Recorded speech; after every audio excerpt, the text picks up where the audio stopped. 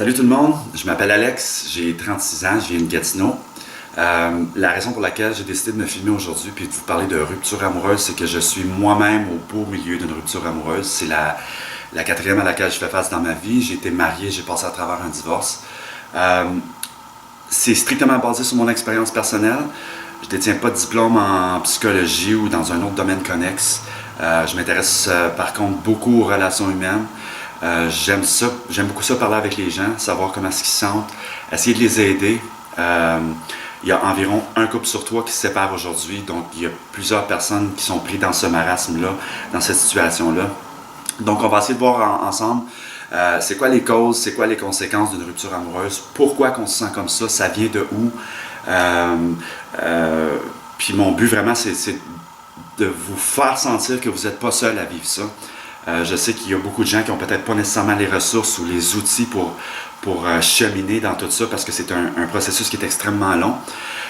Donc, il n'y a pas vraiment de secret. Le secret, c'est d'en parler. C'est que vous allez en parler tellement que vous allez vous écœurer d'en parler. Vous allez avoir l'impression que vous jouez toujours la même cassette. Mais en bout de ligne, ça va seulement être bénéfique pour vous. Puis, c'est ça qui va vraiment vous aider à passer à travers, c'est d'en parler aux bonnes personnes. Donc, ça va être sous forme de petites capsules. Ça sera pas long. Je vais essayer de faire ça en point de forme où il n'y aura pas de niaisage. Donc, j'espère juste pouvoir vous aider et partager avec vous qu'est-ce que moi je vis, puis que en retour, vous pouvez peut-être partager avec moi qu'est-ce que vous vivez. Ça va me faire plaisir. Si vous voulez m'écrire ou quoi que ce soit, ça va me faire plaisir de vous répondre. Donc, bon visionnement. Donc, dans ma deuxième capsule, on va aborder le sujet de la douleur, de la souffrance, du mal qu'une rupture amoureuse peut engendrer. Il y a trois possibilités. Il y a se faire laisser, il y a laisser d'un commun accord, et puis il y a laisser l'autre personne. Il y en a une qui est, je dirais pas plus facile, mais il y en a une qui est moins difficile à surmonter. Ça va être évidemment quand on laisse quelqu'un d'autre. Vous l'avez laissé pour X raisons, votre couple ne marchait plus. Laisser d'un commun accord. Moi, j'ai fait les trois. J'ai vécu les trois situations. Laisser d'un commun accord, moi, personnellement, j'aimais encore beaucoup l'autre personne, mais je me suis rendu compte que nos trajectoires de vie étaient totalement divergentes, que ça ne pouvait pas marcher à court, moyen ou long terme. La dernière et la plus dévastatrice, c'est de se faire laisser. Encore pire, c'est de se faire laisser pour quelqu'un d'autre. C'est pas nécessairement une bonne chose de sauter d'une relation à l'autre. Mais là, on s'imagine la personne qui nous laisse avec une autre personne. Vous avez un grand sentiment de rejet, vous sentez un vide à l'intérieur, c'est normal, ça fait partie du cheminement. Et puis là, vous vous retrouvez avec la solitude qui marche littéralement à côté de vous, que vous soyez un étudiant, que vous allez retourner chez vos parents ou que vous allez vous retrouver seul en appartement. Là, il n'y a plus de souper, il n'y a plus de film collé, il n'y a plus de sexe. Vous dormez seul dans votre lit. Vous avez un grand sentiment de vide à l'intérieur. Et puis, ça fait mal. Vous allez avoir mal. C'est extrêmement pénible. Ça dure un certain temps, mais c'est important de l'accueillir, cette douleur-là. C'est important de la vivre. Ça ne dure pas pour toujours. Mais il ne faut pas l'enfouir, puis il ne faut pas l'oublier, il faut la vivre. Et puis, il faut se dire qu'il y a des bonnes choses qui vont arriver dans le futur, mais pour l'instant, ça va être important de faire beaucoup d'introspection, de la réflexion. C'est correct de vouloir rester seul, puis de ne pas vouloir voir ses amis, puis comme d'avoir de la peine seul, de pleurer. Pleurer, c'est tellement réparateur, c'est comme un peu comme thérapeutique. Vous allez voir qu'après avoir exprimé votre peine, vous allez sentir un sentiment de soulagement temporaire, mais vous allez avoir des bons jours, vous allez avoir des mauvais jours. Puis à mesure que le temps va avancer, les journées vont de mieux en mieux aller, mais c'est important de se dire que ça va mal, ça va pas bien, mais ça va mieux aller. Il faut que je l'accepte, puis il faut que je vive avec. Et puis vous allez sûrement penser qu'il ou elle va revenir. C'est vraiment, c'est presque inévitable que ce soit, ça peut être pour plusieurs raisons. C'est une patate chaude, faites attention, vous vous êtes laissé pour une raison, ça n'a pas marché. Essayez de penser pourquoi que ça n'a pas marché.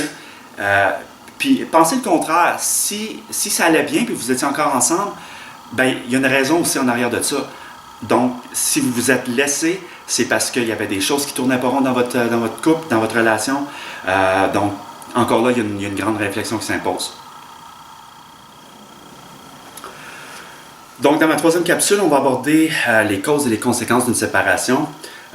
Les causes, il peut en avoir une, il peut en avoir plusieurs. Ça peut être des différentes opinions, ça peut être la vision des choses qui n'est pas pareille, ça peut être des projets que vous vouliez réaliser ou que l'autre voulait réaliser avec vous et puis ça ne marchait pas à court, moyen ou long terme. Ça peut être des habitudes de vie qui étaient trop différentes entre vous et votre partenaire.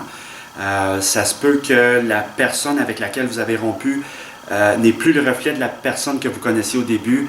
À mesure que le temps a avancé, vous vous êtes rendu compte que la personne ne se décrivait pas nécessairement comme qu'elle était vraiment. Au début, c'est le jeu de la séduction, c'est la romance, c'est la lune de miel, tout est beau, tout est le fun. Votre corps il explose d'endorphines. Malheureusement, des fois, c'est ça. Les gens qu'on pense savoir qui ils sont ne sont pas vraiment ces personnes-là en réalité.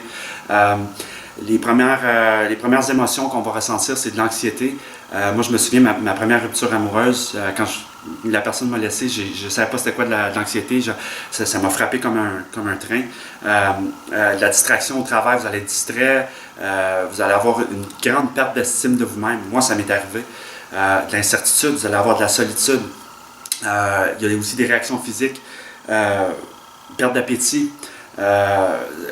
Le désintérêt de faire qu'est-ce qu'on aime faire. Ça se peut que vous aimez, je sais pas moi, l'équitation, puis l'équitation, ça vous dit plus rien, ça vous tente plus, il n'y a plus rien qui vous tente, vous vivez une détresse psychologique, puis c'est une certaine paralysie, ça vous suit partout.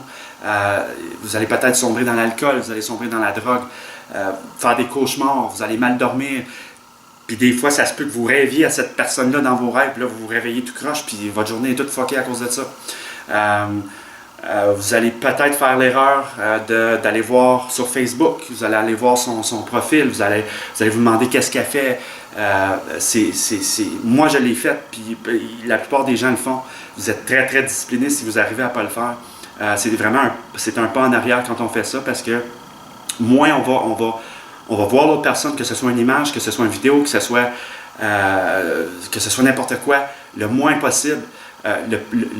Le moins que vous allez l'avoir, le plus vite que vos cicatrices vont guérir, le plus vite que vous allez faire votre deuil. Donc, ça va être vraiment à éviter. Je sais que c'est pas facile, mais c'est pour votre bien. Vous allez vous demander aussi, qu'est-ce que j'aurais pu faire de différent?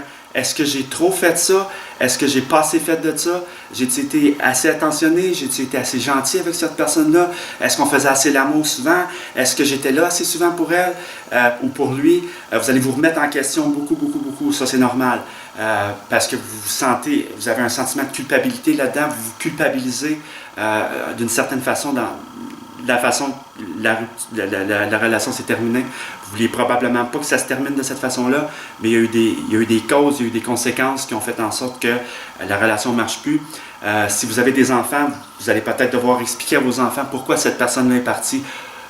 Parce que votre enfant va peut-être demander « Il est où? » Comme moi, j'ai une petite fille de 3 ans, elle ne comprend pas encore, mais ça va être une chose, c'est un mal nécessaire, il va falloir le faire. Donc, pour ma 4e capsule, on va aborder la rémission, la voie de la guérison, le renforcement positif. Ça va être important pour vous de penser à vous, de faire ce que vous aimez faire. Puis vous allez voir qu'à mesure que le temps va avancer, les choses que vous aviez délaissées, les intérêts que vous aviez, les hobbies que vous aviez vont commencer à revenir tranquillement pas vite. Vous allez commencer à reprendre goût à vos habitudes de vie. Gâtez-vous, achetez-vous du linge. Payez-vous une traite. Moi, je me suis acheté un drum électrique. Ça faisait des années que j'en voulais un. Ça m'a fait un grand bien. Ça donne comme un boost. Je sais pas, moi, vous tripez sur, je sais pas, de la musique, vous voulez avoir un ordinateur. Faites-vous plaisir. C'est important de penser à vous parce qu'il n'y a pas personne d'autre qui va le faire à part vous. Il y a juste vous qui peut vous rendre heureux dans la vie. La confiance en soi va revenir. L'estime de soi va tranquillement revenir. Vous allez avoir des meilleures journées. un signe aussi que vous êtes en voie de guérison, c'est que peut-être que vous restez à proximité ou vous vous rappelez de la marque de son véhicule, vous voyez un véhicule de la même couleur, de la même marque, vous entendez une chanson que vous avez mis ensemble, une chanson, les maudites chansons, vous allez voir que vous n'aurez plus de battement de cœur soudain, ça ne vous fera plus un stress, un souci. Ça veut dire que cette personne-là ne peut plus vous affecter. C'est un long processus, ça ne se calcule pas en jours, ça ne se calcule pas en semaines, ça se calcule en mois puis en années, c'est différent pour tout le monde. Je vais vous laisser avec une promesse que si vous cheminez comme vous devez cheminer, vous passez à travers toutes les étapes, vous allez retomber en amour. On ne le voit pas au début, on a de la misère à comprendre ça, à l'imaginer. L'amour va revenir. Moi, j'ai retombé en amour, ça n'a pas nécessairement duré le temps que je voulais, mais on espère tous que notre prochain, c'est notre dernier, ou notre prochaine, c'est notre dernière. Je vous le souhaite, je le souhaite à tout le monde. Mais si vous cheminez comme il faut, si vous êtes bien avec vous-même, vous allez retrouver une personne qui va vous apprécier à votre juste valeur. Je vous souhaite que du bonheur. Si jamais vous avez des questions, vous avez des commentaires, laissez-moi-le. Je vais réécrire à tout le monde. Si vous voulez avoir mon adresse courriel, je vais vous la donner. J'ai créé une adresse courriel spécifiquement pour ça. Parlez-moi, parlez-en. Si ce n'est pas à moi, faites-le avec quelqu'un d'autre, mais c'est important d'extérioriser nos sentiments. Puis c'est la première étape vraiment à la guérison. Donc, je vous souhaite bon courage. Puis encore une fois, si vous voulez m'écrire, je vous invite à le faire. Donc, salut, puis merci beaucoup d'avoir pris le temps.